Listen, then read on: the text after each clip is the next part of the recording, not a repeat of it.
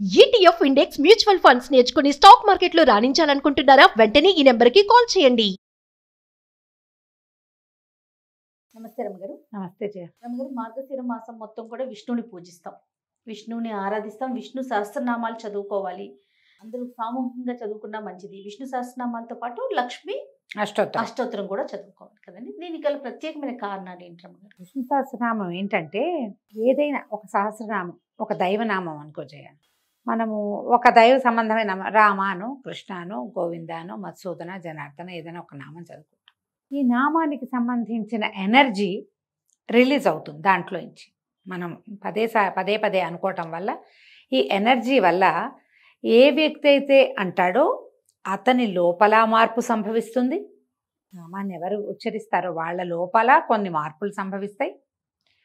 బయటకి కనుక ఉచ్చరిస్తే చుట్టూతా ఉన్న వాతావరణం కూడా పవిత్రమవుతుంది. ఏమంటారు? Positive energy. ఈ ఎనర్జీ యొక్క ప్రభావం వల్ల అంటే ఆ పదంలో ఉన్నటువంటి శక్తి తరంగాల వల్ల, ధ్వని తరంగాల వల్లే మన చుట్టూతా ఉన్న వాతావరణం కూడా శుభ్రపడుతుంది. మనుషులకి, వ్యక్తులకి ఆరా అంటాం. మన చుట్టూతా ఒక కాంతి వలయం ఉంటుంది, ప్రతి వాళ్ళకి ఉంటుంది. ఒక్కొక్కళ్ళు మొహం చూడంగానే సామాన్యంగా ఉన్న, ముక్కు మొహం మామూలుగా ఉన్న భలే ఆకర్షణీయంగా ఉంటారు. వాళ్ళ ఆరాలో ఉందన్నమాట. వాళ్ళ చుట్టూతా ఉన్న కంటే ఉన్నటువంటి కాంతి వలయంలో ఉన్నది ఆ శక్తి. ఆకర్షించగలిగే శక్తి ఆ కాంతి వలయంలో ఉంటుంది. ఆరా అంటాం ఇంగ్లీష్లో. ఈ ఆరా ఎప్పుడు మనము ఇలాంటిది మంచి పదాలు, దైవ సంబంధమైన నామాలు ఉచ్చరిస్తూ ఉంటే ఆరాలో ఉన్న నెగిటివ్ ఫోర్సెస్ పోతాయి. ఆరా పుల్ చేయబడుతుంది, అంటే లాగబడుతుంది. మనకి దగ్గరగా కొంచెం ఇంత దూరంలో ఉంటుంది, అది ఇట్లా విస్తరిస్తుంది. ఈ ఆరా విస్తరించడం వల్ల ఏమవుతుంది? జనాకర్షణ పెరుగుతుంది, ప్రజలు మనకి ఆకర్షితులవుతారు. దీంతో పాటు నెగిటివ్ ఎనర్జీ ఏది మన దగ్గరికి రాదు. నెగిటివ్ ఎనర్జీస్కి మనం లోబడం, మనము అందులోకి వెళ్ళం, ఏది మన మీద పడదు. దీనివల్ల ఏమవుతుంది? మనం పూర్తిగా సరి అయిన మానవుడిగా ప్రవర్తించగలుగుతాం. మానవ లక్షణాలు కొన్ని ఉన్నాయా, మృగ లక్షణాలు కొన్ని ఉన్నాయి. మనుషులు మృగాలుగా మారిపోయే అవకాశం ఎక్కువ. మరీ పెద్ద మృగంగా మారకపోయినా మానవీయ లక్షణాలు కోల్పోతున్నాం అనుకో, అది తప్పే, అది కూడా పనికిరాదు. మనం మనిషిగానే ఉండాలి. మనుషులకి లోపల బోల్డని దుర్గుణాలు ఉంటాయి. నీకు తెలిసిందే కదా, కామ, క్రోధ, లోభ, మోహ, మదమాత్సర్యాలు, అరిషడ్వర్గం అంటాం. అది మనతో పాటే ఉంటుంది. ఈ మనతో పాటే ఉన్నటువంటి అరిషడ్వర్గము మనం ఉచ్చరించే ఈ నామావళి వల్ల తొక్కివేయబడుతుంది లోపలికి. అది పైకి రాదు. అది ఎప్పుడైతే అవి పైకి రాకుండా ఉంటాయో మనం మనుషులుగా మరింతగా ప్రూవ్ అవుతూ ఉంటాం, మరింత మనుషులుగా ఉంటాం. అట్లా ఉన్నవాడే మర్యాద పురుషోత్తముడైన భగవంతుడు రాముడు. అరిషడ్వర్గం రానివల ఆయన దగ్గరికి. చూడు, 2 యుగాల ముందు వాడు ఇప్పటికీ మన నాలుక మీదే ఉన్నాడు స్వామి.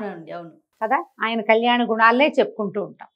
ఆ అరిషడ్వర్గాన్ని లోపలికి తొక్కటానికి సాధారణంగా ప్రతి వాళ్ళకి ఉపయోగపడితే నామ సంకీర్తన. నువ్వు ఇప్పుడు రామకృష్ణ గోవింద అన్నవే కాకుండా భగవంతుడివిగా చెప్పబడేటువంటి ఎన్నో రకాల కళ్యాణ గుణాలు, ఎన్నో రకాల అత్యద్భుతమైన విషయాలు, ఆయన్ని గురించిన ఎన్నో విషయాలు, జరిగిన కథలు, ఎందరో భక్తుల్ని ఆయన ఎట్లా భగవంతుడు తన యందు లీనం చేసుకున్నాడు, ఆయనలో ఉన్న అద్భుతమైన శక్తులు, ఆయన యొక్క కళ్యాణగాత్రంగా చెప్పబడే మహాపరమాద్భుతమైన శరీర వర్ణన, ఇవన్నీ ఆయన ఆయుధాలు. ఆ ఆయుధాలు ధరించినప్పుడు ఆయన ఎట్లా ఉంటాడు, ఈ ఆయుధంతో ఎలాంటి అద్భుత మహోత్కృష్టమైన కార్యాలు ఆయన చేశాడు, అవన్నీ కలిపి చెప్పి గుదిగుచ్చినట్టుగా ఉన్న సహస్రనామాలు కనుక చదువుకుంటే భగవంతుడి యొక్క కళ్యాణ గుణాల లోపలికి వెళ్ళిపోతాం. మనం పూర్తి పాజిటివ్ ఆరాలోకి వెళ్తాం. అప్పుడు మనం పూర్తి మనుషులుగా ఉండే అవకాశం లభిస్తుంది. దీంతో పాటుగా మనతో పాటే ప్రపంచం అంతా దేనితోటి నడుస్తుంది? ప్రకృతితోటి నడుస్తూ ఉంటుంది ఇదంతా. దీంట్లో 9 గ్రహాలు ఉన్నాయి, నవగ్రహాలు, భూమి, ఆకాశము ఉన్నాయి. వాళ్ళ మధ్యలో మనం తిరుగుతూ ఉంటాం. ఈ గ్రహాలు ఒకటి మనకి పాజిటివ్గా తిరుగుతుంది, ఒకటి నెగిటివ్గా తిరుగుతుంది. ఒక్కొక్కటి ఎదురు వస్తే మనకి ఏదైనా ఇబ్బంది రావచ్చు, ఒక్కొక్కటి వెనక్కి వెళ్తే మనం ఇబ్బందుల్లో పడవచ్చు, ఒకటి ముందుకు వస్తే మనకి ఏదైనా కొత్తది రావచ్చు. ఇలాంటి నామావళి కనుక చదివే అలవాటు ఉన్న వాళ్ళకి ఈ గ్రహాలు కూడా సంతులనంగా వెళ్తాయి. గ్రహం అటు తిరిగిపోయినా నీకు సమస్య ఉండదు, ఎందుకంటే భగవన్నామం నీతో ఉంటుంది కాబట్టి. మనం ఈ బ్యాలెన్స్ కోసమే, మన జీవితాల్లో ఈ హార్మోనీ కోసమే మనం ఏం చేస్తాం? నామపారాయణైనా చేస్తాం, దేవాలయ దర్శనమైనా చేస్తాం. అన్నప్పుడు దేవాలయ దర్శనం కుదరకపోవచ్చు, కానీ నామ సంకీర్తన మనకు మనమే చేసుకోవచ్చుగా. అవును. ఒకటి చిన్న చిన్న నామాలు కాకుండా మాలలుగా ఉన్నటువంటి చక్కగా వరుసగా మొదలుపెట్టి చెప్పబడినటువంటి నామాలు చదువుకుంటే విశేషమైన ఫలితం లభిస్తుంది. అందుకని సహస్రనామం చెప్పబడింది. విష్ణువుని కనుక మనం ఎక్కువగా తలుచుకుంటే చాలా గ్రహాలు మనని ఏమంటారు మన యందు సానుకూలంగా ఉంటాయి. అందుకని విష్ణు సహస్రనామం చెప్పారు. ఈ మార్గశిరాన్ని ఏమంటారు యమదంశలుగా చెప్పబడే మాసాల్లో మార్గశిరం ఒకటి. మరణాలు ఎక్కువ డిసెంబర్లో. డిసెంబరే చాలా చెడ్డ మాసం. ఎక్కువ మంది మరి చలికి వాటికి అన్నిటికీ అన్ని రకాలు అనుకో, కానీ ఎందుకనో మనకి సంప్రదాయాల్లో ఇది చెప్తారు. నెలపట్టినాక కొంచెం ఎక్కువ, నెలపట్టాక ఇంకా ఎక్కువ చూస్తాం. నిలబట్టాక ఇంకా ఎక్కువ చూస్తాం. మార్గశిరమే అలాంటిది. చలి పెరిగిపోతుంది. అందుకని ఇలాంటప్పుడు మనకి ఈ జీవశక్తిని మరింతగా పెంచేటువంటి సహస్రనామ పారాయణ మంచిది.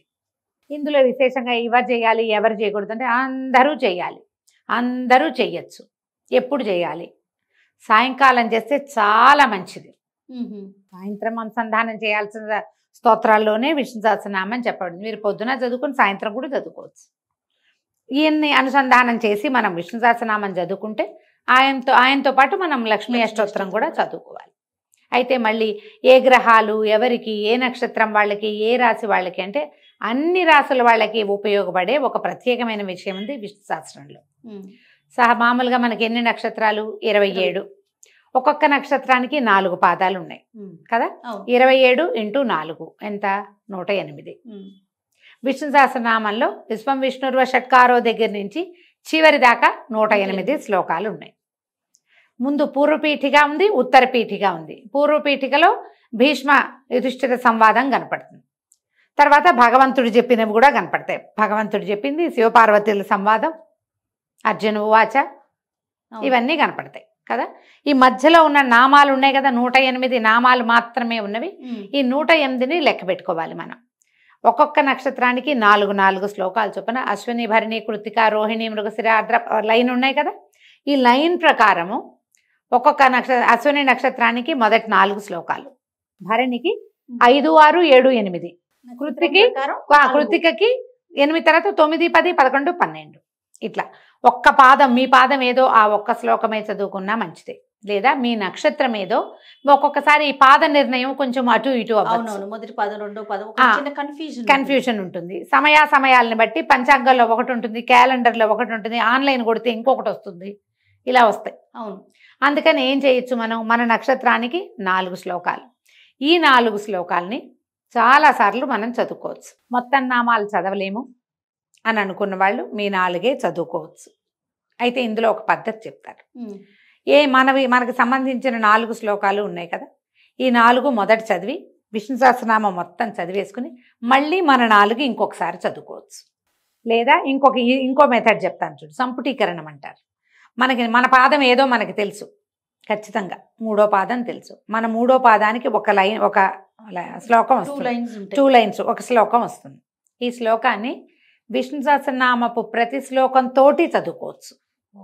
ముందు మనది, తర్వాత సహస్రనామాల విష్ణువం విష్ణుర్వ షట్కారో భూత భవ్య భవత్ ప్రభు భూత కృద్భూత భృద్భావో భూతాత్మా భూత భావన అన్నామా. ఇప్పుడు మళ్ళీ మన శ్లోకం, తర్వాత భూతాత్మా పరమాత్మా చ అని చెప్పుకుంటాం వరుసగా. అట్లా ఒక శ్లోకం స్తోత్రంలో ఉన్నది, ఒక శ్లోకం మనది. ఇట్లా 108 ప్లస్ మన శ్లోకాన్ని మనం ఎన్నిసార్లు చదివినట్టు 108 సార్లు చదువుతాం. దీంతో పాటు చదువుతాం కదా, మొదలు పెడతాం, ఒకసారి ఎక్స్ట్రా కూడా వస్తుంది. ఇలా దీన్ని సంపుటీకరణం అంటారు. ఈ విధానంలో మనం చదువుకోవచ్చు. మీకు ఏదైనా గ్రహ దోషాలు లాంటివి ఉండి ఒకరోజు శ్రద్ధగా చేసుకుందాం ఎప్పుడైనా అని కనుక మీరు భావిస్తే ముందు విష్ణు సహస్రనామాన్ని దగ్గర పెట్టుకుని మీ నక్షత్రం లిస్ట్ అంతా పెట్టండి. మీ పాదాలన్నీ చూసుకోండి. మీ శ్లోకం ఏదో దాన్ని పిక్ చేసి పక్కన పెట్టుకోండి, రాసి పెట్టుకోండి చక్కగా. మీరు మీ నక్షత్రం ఏ రోజు ఉందో, నక్షత్రం ఉంటుంది కదా, నెలలో ఒక రోజు మన నక్షత్రం వస్తుంది కదా, ఆ రోజు కూర్చుని మీ నక్షత్రం రోజున కనుక మీరు ఇది చేశారా ఎంత అద్భుతంగా ఉంటుందో. చక్కగా స్వామివారికి పటిక బెల్లంతో చేసిన పానకము, పటిక బెల్లం వేసిన బెల్లం పానకం కూడా చేయొచ్చు. ఏమిటో నాకు ఆ పటిక బెల్లం అలవాటు, అందుకని అదే చెప్తున్నాను. పానకము, వడపప్పు, కొబ్బరికాయ కొట్టండి, కాసిన అరటిపళ్ళు పెట్టండి, కుదిరితే చక్కగా కొంచెం చక్కెర పొంగులో దద్దోజనము చేసి నివేదన చేయండి. ప్రతి నెల చేసుకోవచ్చు ఇట్లా మనం ఎవ్రీ మంత్ రోజు మన నక్షత్రం రోజున. ఇంత చేయలేము అంటే 4 శ్లోకాలు తీసుకున్నాక ఆ 4 శ్లోకాలు చదువుకోండి, విష్ణు సహస్రనామం చదువుకోండి, మళ్ళీ మీ 4 శ్లోకాలు చదవండి. పూర్వపీఠిక ఉత్తరపీఠిక యథాతథంగా చదవాలి. ఫస్ట్ పూర్వపీఠిక చదువుతాం, పూర్వపీఠిక తర్వాత హరి ఓం అని మొదలు పెడతామా, ఈ హరి ఓం అనగానే మన శ్లోకాలు మన 4 చదువుకుని సహస్రనామ విశ్వం విష్ణుర్వషట్కారో నామాలు మొదలు పెట్టుకోండి. చివరికి మళ్ళీ ఉత్తరపీఠిక ఇతి ఇదం కీర్తనీయస్య కేశవస్య మహాత్మనః చెప్పాలి కదా ఉత్తరపీఠిక. దానికి ముందు మన 4 శ్లోకాలు చదివేసుకుని అప్పుడు ఇతి ఇదం కీర్తనీయస్య చెప్పుకోండి. ఇలా ఉత్తరపీఠిక కూడా మొత్తం చదివేసుకోవాలి. నెలలో ఒక్కరోజు మీ నక్షత్రం రోజున ఈ పని చేయండి. పిల్లలకి అలవాటు చేయండి. స్త్రీలు పురుషులు పెద్దవారు చిన్నవారు ఏ తేడా లేదు. సమస్తమైన వాళ్ళు మాకు అది లేదు మేము చెయ్యొచ్చా అడగద్దు, అందరూ చేసుకోవచ్చు. అందరూ శుచిగా శుభ్రంగా ఈ రోజున మీ పుట్టినరోజు నాడు చేసుకోవచ్చు, పెళ్లి రోజు నాడు చేసుకోవచ్చు, నక్షత్రం రోజున చేసుకోవచ్చు. ఏదైనా ఒక పర్వదినంలో ఇప్పుడు చేయాలని భావిస్తున్నామంటే లక్షణంగా చేసుకోవచ్చు. ఆలోచించి ప్లాన్ చేసుకుని చేసుకోండి. అందరికీ విష్ణు సహస్రనామం వచ్చు, చాలా మందికి వచ్చు, అందరికీ వచ్చు అన్నది నేను, చాలా మందికి వచ్చు. ఎంఎస్ సుబ్బలక్ష్మి అమ్మగారిది పెట్టుకున్నారంటే ఆవిడ కంచు గంటలాగా వెళ్తూ ఉంటుంది. ఆవిడతో పాటు మీరు కూడా శుభ్రంగా పుస్తకం పెట్టుకుని వెళ్తే ఒక్క అక్షరం తప్పు లేకుండా వంపు టొంపు లేకుండా ఆమె వెనకాల పడి చక్కగా వెళ్ళిపోవచ్చు. ఆవిడ చక్కగా పరమపద సోపానం ఆమె ఎక్కేసారు, మనని కూడా ఎక్కిచ్చేస్తారు. చక్కగా చేసుకోవచ్చు. మీకు వీరు కాదు ఇంకెవరో బ్రహ్మాండ నాయకులు ఉన్నారంటే వారిదైనా పెట్టుకోండి. ఇంట్లో ఎవరైనా పెద్దవాళ్ళు చదువుతూ పక్కన పిల్లల్ని కూడా చక్కగా చదివించుకోవచ్చు.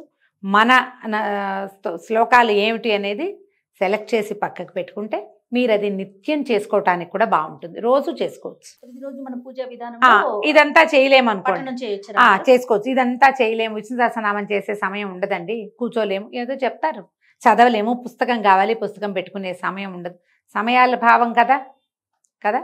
అందుకని మీరేం చేయొచ్చు, విష్ణు సంబంధమైన శ్లోకం ఉంది కదా, శాంతాకారం భుజగసేనం పద్మనాభం సురేశం, ఆ శ్లోకం చెప్పుకోండి. ఈ 4 శ్లోకాలు చెప్పుకోండి నెంబర్ ఆఫ్ టైమ్స్. మీరు 11 సార్లు, 9, 11, 21, 40 సార్లు చేస్తారా చేసుకోండి. తర్వాత శ్రీరామ రామ రామేతి రమే రామే మనోరమే సహస్రనామ తత్తుల్యం రామనామవరాననే దీంతో ఎండ్ చేసుకోండి. పరమేశ్వరుడు చెప్పినటువంటి రామనామవరానన శ్లోకాన్ని చెప్పుకోండి. ఈ చిన్న బంచు రోజు అలవాటు చేసుకోండి, పిల్లలకి నేర్పించండి, మహత్తరమైన ప్రయోజనాన్ని ఇస్తుంది. మొత్తం చదివారా సూపర్, ఎప్పుడైనా ఒకసారి చదువుకోండి. ఇంత చేయగలమంటే ఈ కాస్త బంచు ఏ పిల్లలకి ఆ పిల్లలకి వాళ్ళ నక్షత్రానికి ఆ 4 శ్లోకాలు, ముందు శాంతాకారం, తర్వాత శ్రీరామరామ రామేతి, ఎన్నైనాయి 4, 1, 5 + 1 6 శ్లోకాలు రోజు చేస్తే నక్షత్ర శాంతి అమోఘంగా జరుగుతుంది. ఈ మార్గశిర మాసంలో చేస్తే అత్యద్భుతంగా ఉంటుంది. మీకు ఏది అవకాశం కుదిరితే ఎన్ని పద్ధతులు చెప్పాను ఏదైనా చేసుకోండి. ఏది ఏమైనా మార్గశిరంలో మొదలు పెట్టడం అంతే. అంతేనా రమ్మగారు? అంతే. నమస్తే. నమస్తే జయ.